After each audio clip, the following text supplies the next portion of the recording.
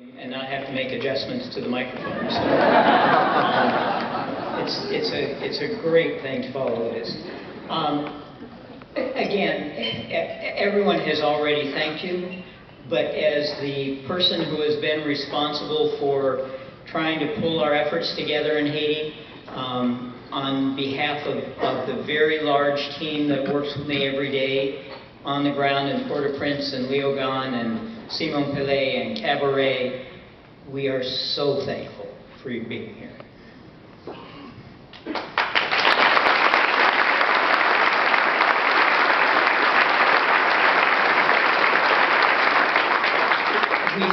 We've planned this for a year.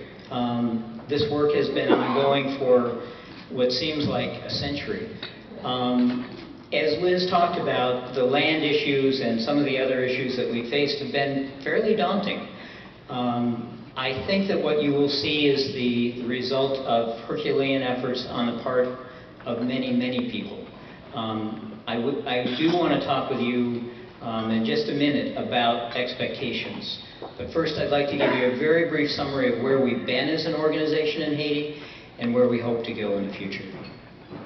So, we've been operating in Haiti for about 27 years. The projects there have been relatively small in scale. For those of you who have worked on Carter projects in the past, in places like India and the Philippines, you've seen very large organizations that can crank out large numbers of houses very quickly.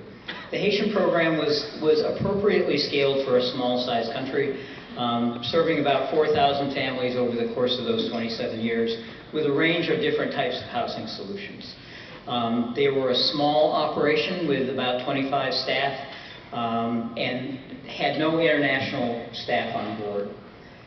After the earthquake in January of 2010,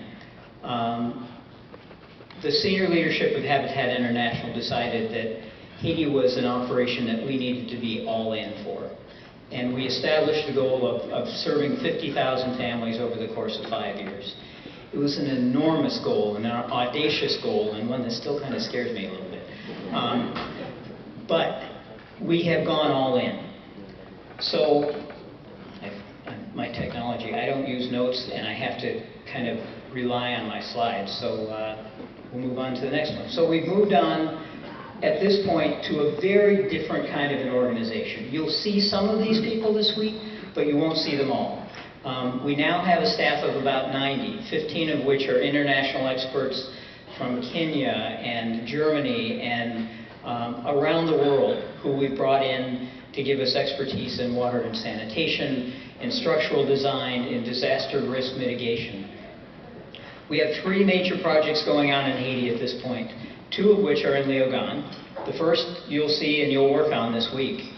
The second is a 2,000 house project funded by the American Red Cross, which is a program that is building upgradable transitional shelters. We'll talk a little bit more about that in just a second. And the third one is a really innovative program that I hope we'll have some time to discuss around the campfire this week in Simon-Pelé, which is one of the toughest urban slums in the hemisphere, and certainly one of the toughest in Haiti. We're working there with funding from the Canadian government through CEDA, and we thank the Canadian contingent.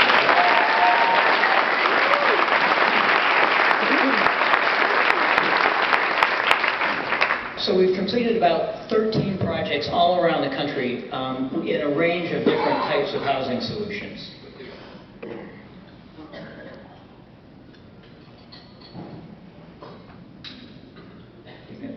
So the process that we're using in Haiti is what we're calling a pathway to permanence. It's not appropriate for us to land in the weeks or months after an earthquake or any kind of disaster and go directly to permanent core housing. Families need to find their way to permanent housing.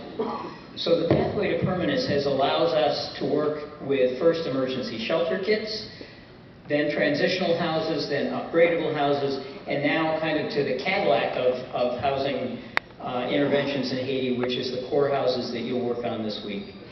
The transitional process is one that meets families where they are and takes them to a place where they end up better than they were before. One of the things that we're finding, even in our transitional shelter work in Haiti, is that families are coming to us and saying, this is the best place I've ever lived. And those are places that were designed to be good for a year to 5 years. So the work that you'll do this coming week on core houses, on permanent shelters, on tenured land, is light years ahead of what most of these families have ever lived in. So this is not simply rebuilding for them, this is taking them to an entirely different level.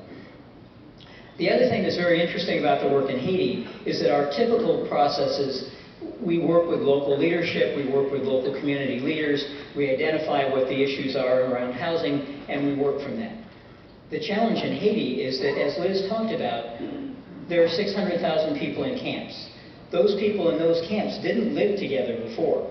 It's not like their houses fell down and they all collectively moved together to the roundabout in the middle of Pechanga and built a camp. Those people settled there because it was the only place they could find.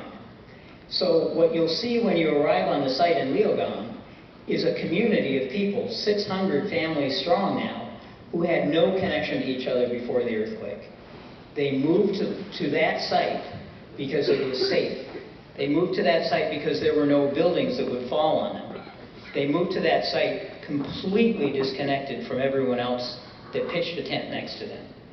So one of the challenges in working in Haiti in this type of work is to identify and nurture community leadership in those tent communities and bring them into the fold. So over the course of the last year, we've worked to organize those communities. We've worked to identify who the leadership is. They have helped us design the site plan. They've helped us design the family selection criteria. They've picked out the colors of the houses that you'll be painting with them. So it's a very complex and intricate process, but it's a wonderful one. The other piece that is also somewhat different from our work in other parts of the world is that because of the lack of infrastructure in Haiti, even before the earthquake, we can't just build houses. We have to bring water, sanitation, and livelihood components to the work that we do. Currently, the unemployment rate in Haiti is between 80 and 90%. So if we move people into a house and expect repayment at some point, but we don't give them the opportunity for a job, that's not what I consider success. So what have we done so far? We've deployed more than 24,000 emergency shelter kits. Those are the big blue buckets that you may have seen with tools and tarps and everything that a family needed in the immediate aftermath of the earthquake to build themselves an emergency shelter, to salvage from their previous house whatever they could and put together an emergency shelter. We've begun our transitional shelter work, which continues on. The number of 4,000 families in transitional shelters that we built goes up every week. We're currently at a rate of about 100 a week in terms of transitional shelters. We've done 12,000 damage assessments. Our teams have gone out across Port-au-Prince and other cities to assess the existing homes to determine whether they're inhabitable, whether they can be repaired, or whether they need to be knocked down. And we've started a small repair program at this point that's served 200 of those. We've trained thousands of Haitians in disaster mitigation and construction techniques. One of the things that has been very important to us, and Liz alluded to this earlier, is that if families build back where they were before using the same techniques, the same thing will happen again. So we feel that it's very important as one of the world's premier shelter providers to make sure that people understand that there are basic construction methodologies that need to be used, and that cheating yourself on cement or taking the gravel out or buying substandard block can kill your family. And it's a very difficult process for us to work through with families, but it's very important. We've employed 700 Haitians. Last week we had 200 Haitians on the site, many from the communities, many who are homeowners, but many who are not. Every morning at 6:30, it won't happen this week, but a typical morning at 6:30, there are 200 people lined up at the site looking for jobs. And they are desperate for that work. Our pre-production facility in Leogon for the other project that we're doing, we actually have to supply lunches for the workers. Because even though we pay them a good wage, we could offset, they could have lunch at our site so that they wouldn't eat at night so that their families could eat. It's that desperate.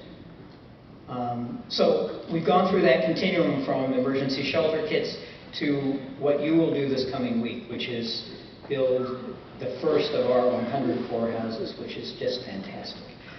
It's going to be very exciting.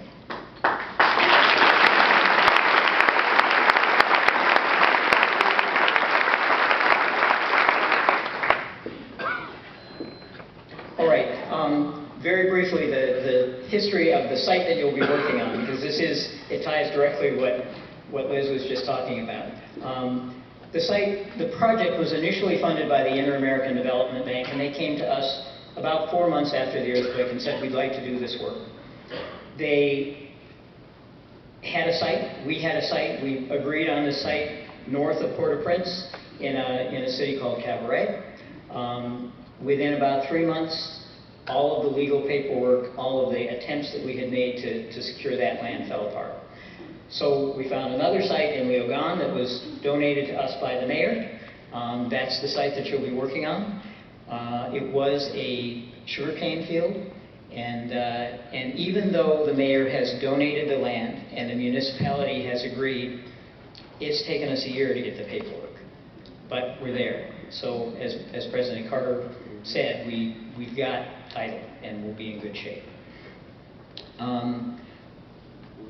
We started on the project with 250 families on the land. When we arrived for the first site visit, there were 250 families there. As soon as the word got out that Habitat was going to build permanent shelter, people started to arrive. And what you'll see when you arrive on the site on Monday morning is that there's the fenced area that you'll be working in. But all around it are people who have settled in makeshift shelters of whatever type they can have. Some are transitional shelters that were built by other organizations. Some are pieces of metal that were just cobbled together. The people are there because they hope they can find a decent place to live through Habitat over the course of the next year.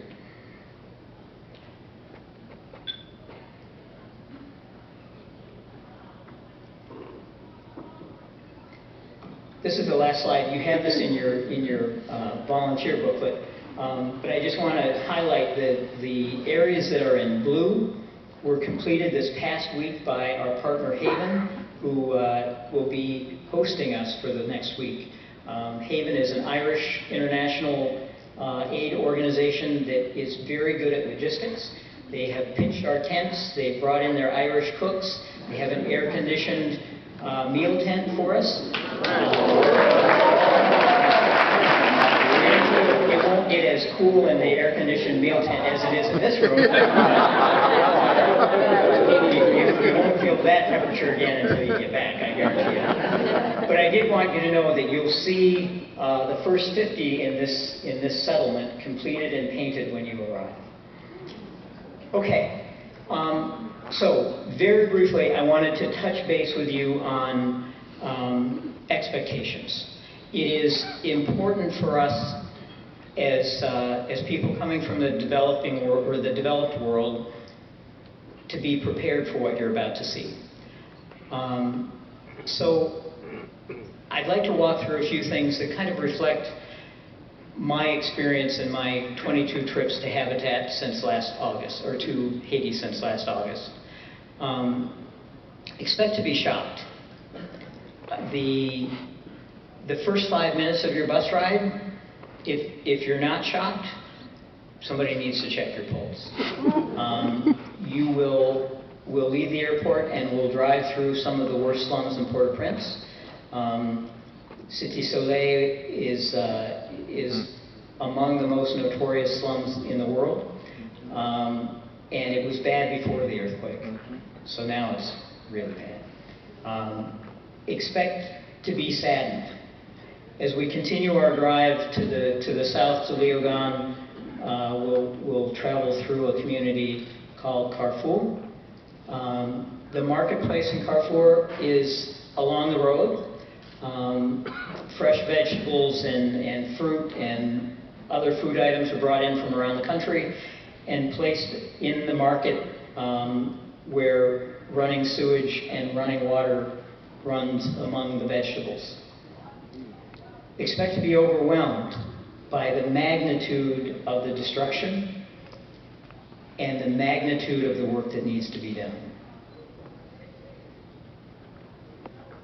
Expect to be frustrated.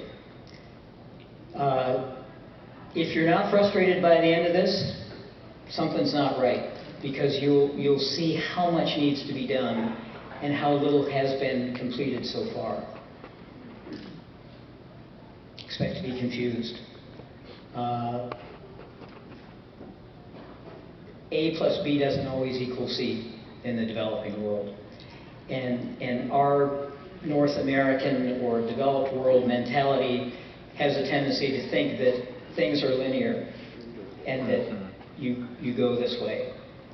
In the developing world context, it doesn't always work that way.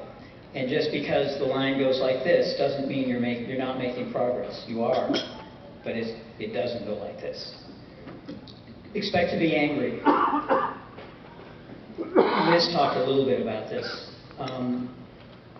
There are hundreds of millions of dollars of money that has been pledged to this work. Much of it has not arrived. As you see the scale of the work that needs to be done and you understand the impact on families in Haiti, expect to be angry.